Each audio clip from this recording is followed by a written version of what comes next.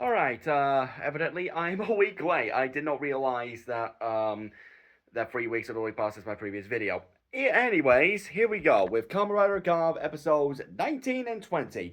This one, like I say, I called it with Lage Nine's backstory that someone he knew was basically a victim of Stomach Inc. and their dark traits. But more specifically, well, actually, I think we'll also say that once we get to that.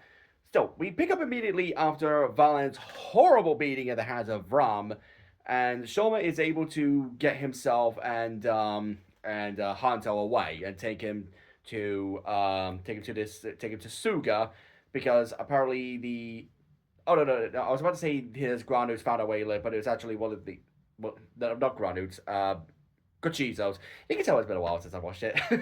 Anyways, basically, one of Hanto's Cochizos leads him to Suga's lab, where obviously he patches Hanto up, and obviously tries to get acquainted with Shoma, and very, very, very subtly picks up one of his hairs off of Shoma's shoulder. Try to say that 3 times fast. Um, so yeah, I can already guess what they're doing with that. But just from the preview images where we've gotten of another Gavv running around, I can gather what is going to happen with that hair sample. Anyways, during eventually, Shoma is able to figure out that the disappearances are linked to Log A9, um, and is able to track him down once the Kachizos are able to find him and figures out how he does it using the tentacles to make everyone joyous before trapping them up. And he stops him from doing the same thing to a university lecture on 60s fashion. I'm sure the Kamen Rider franchise is no stranger to good fashion, and evidently, neither am I. Uh, uh, I have become good.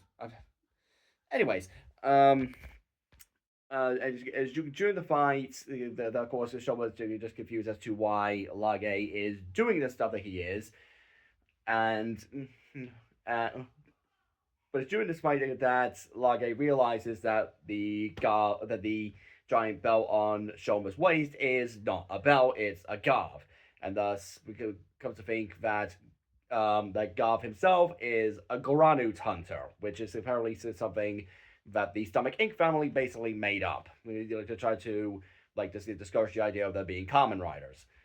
And he assumes that Shoma is the one responsible for the death of his brother, Kamel.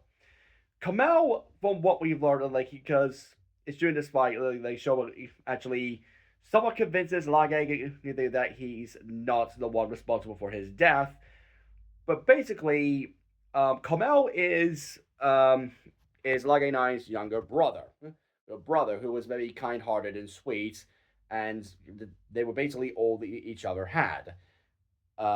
Until Lage figured out that Kamel has actually been kidnapping humans for Stomach Inc. and getting money from them so he can afford more dart treats because he's become entranced by them. And after an argument, he runs off and disappears for a year, only to come back with a fatal wound. And he dies in Lage Nine's arms, which, since then, Lage Nine, who I'm just going to reveal his name now, his name is Lakia Amarga, and Amarga is on itself a word meaning bitter in Portuguese, I believe. Um, Lakia has basically set up this whole scheme to play off the idea that he's desperate for dark treats and will work for Stomach Inc. to do it. When in truth he's working for Stomach Inc. to get into their good graces and destroy them from within in order to take revenge for the death of his brother. Because well, who else could have done that kind of wound to Kamel?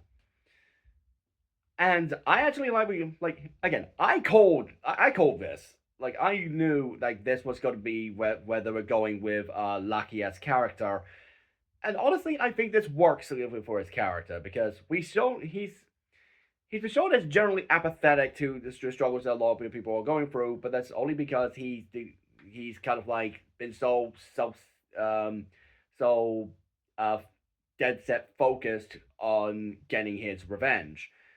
Because, well, as classic parables will put it, vengeance it does kind of blind you to reality. You're basically willing to do anything and everything to get that revenge.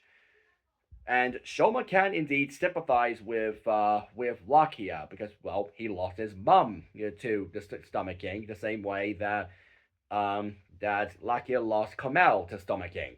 Granted, it was for very different reasons. The mother was killed purely for being human, and Lakia, well, we're not quite sure of the reason he was killed. But as we learn in episode 20 itself, it's likely because Lakia, not Lakia, Kamel was trying to, stop doing it because at his heart, even when addicted to dark traits, Kamel was a sweet kid. Well, I don't know about kid. It's not really clear as how old Lakia and Kamel are. I mean, they're definitely old enough to hold down a job in the graduate realm, but because we see that Lakia was apparently a minor, judging from the pickaxe that he has, which at the very least does explain the weapon, the up close melee mode of the Ram Breaker. Okay, so doing this fight, that Shoma basically tells him, "You look, we've both lost someone, but I need your help to do what's right. You have the power to either keep fueling the machinations or stop them in their tracks. What are you going to decide?" Which, yeah, that's kind of the question you have to ask anyone who's on a quest for revenge. If they have the kind of power, like if they're using their power to help their enemies, why not just use that power to stop them? And that actually does get Lakia to at least, well, think about it. To think about it. It gets the ball rolling to get him on Shoma's side. Which brings us to the next episode. Episode 19 actually doesn't have a lot going on at the moment. Where after Shoma finds where Lakia has been hiding, he takes her out to show that oh god, I forgot her name. Sachika, that's her name. Sachika has still been out looking for that kid who was kidnapped because, well, she cares and she just wants to help people since that's who she is. And that actually gets Lakia to, flash back to when he was doing the exact same thing when his brother went missing. So so he is able to finally, show some form of empathy to people who are going through the same thing he did. And I like they're doing this. They're showing him the reality of the situation while making it clear that his feelings of anger and desire for revenge aren't invalid. They have some basis in um like it's a decent, understandable motivation. And with that, it is ultimately what convinces Lakia to help Shoma try to get back to the grounded world, which is easier said than done because apparently part timers aren't given direct access back to the grounded world, so they don't just abandon their job. So what they have to do is follow one of either Longo's, Glottas, or Niel's minions. Well, to be fair, we don't. I don't think we've ever seen Neo's minions. We've definitely, obviously, we've seen Longo's. His has the red striping, and now we've also seen Glottas. Hers has the pink striping. But I don't think we've ever seen one for Niel. But well, who knows? Maybe they'll come up in a later episode or something. Excuse me. Um, and eventually they're able to follow one back into the grounded world. And Shoma suddenly has a flashback where he apparently knew Hanto's mom when he was a kid. And keep in mind, for the longest time, Hanto has believed that his mom is dead. So for all we know, his mother is still alive somewhere, or maybe he was. Okay, my personal theory about that, because judging from what we've seen, Hanto's mom and Shoma's mom are not the same actress. So it's impossible for them to have been the same person, unless I don't know. So some cosmetic surgery was done to make her look different. Which, yeah, why would Bush stomach bother with that? especially since well she's still going to be a human in a Granu world anyway. Um, so it's highly so the idea the possibility of them of like Hanto and Shoma being brothers, yeah, we can throw that out the window. Um, but as for Hanto's mom being in the Grandu world and apparently knowing Shoma when he was still a kid, which are likely just like blocked memories of some kind. Yeah, I'm not sure about that. I think the only thing I can think of is she was possibly, and this is admittedly like adult, really adult things for even a Kamen Rider show. It's likely that she was Bush's either a personal mate to Bush to serve Shoma's mom, or she was Bush's concubine, which I doubt the show will go that far. Like like very rarely does like mainstream Kamen Rider really go that dark. I mean, possibly something like Amazons or Black Sun, as shit as they are, yeah, they probably would go that dark. But mainstream Kamen Rider that's normally made for put it as bluntly as it is, made for like average 9 to 10 year old kids. Yeah, I doubt they will go that far with this show. But who knows? We might find out more information about that in later episodes. I'm literally just spitballing about potential theories regarding Hanto's mom. Anyways, they get into the factory where the where obviously human presses are processed and had their spices all extracted, and they actually are able to save a lot of them from being turned into dark treats, which is where Glotta turns up, and of course, she's not happy to see that there are intruders in her factory, and of course finds out that the newest Gradus hunter is Lakia. But when Lakia tells her that he's getting revenge for his brother, Lotta's like, who? So either they didn't know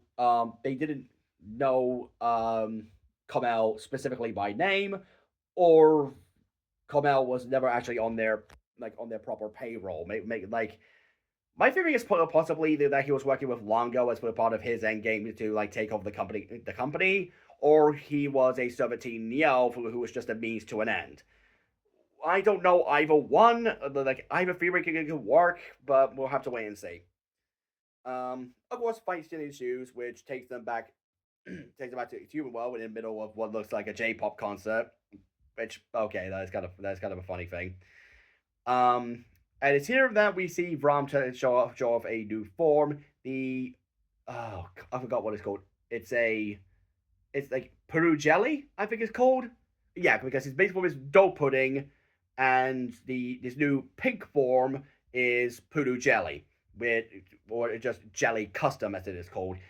And I do like this suit. The various shades of pink work really well with the silver and black undersuit, but I'm kind of distracted by like the lack of armor around like this bit here, or like in the mid torso, where a lot of the armor is like on the arms, the lower legs, and the shoulders. There's no balanced armor wise, and it also doesn't help that it's kind of a broken form. The one actually does have a consequence. Basically, Peru Jelly is able to um, turn Vrom invisible at the cost of stopping his heart. So it's like so long as his heart isn't beating, he's able to stay invisible and weave around and take down the minions. But when he turns visible again, it obviously has a major impact on his vasculatory system. He still feels like insane chest pains, which yeah, sounds about right for someone whose heart is stopping.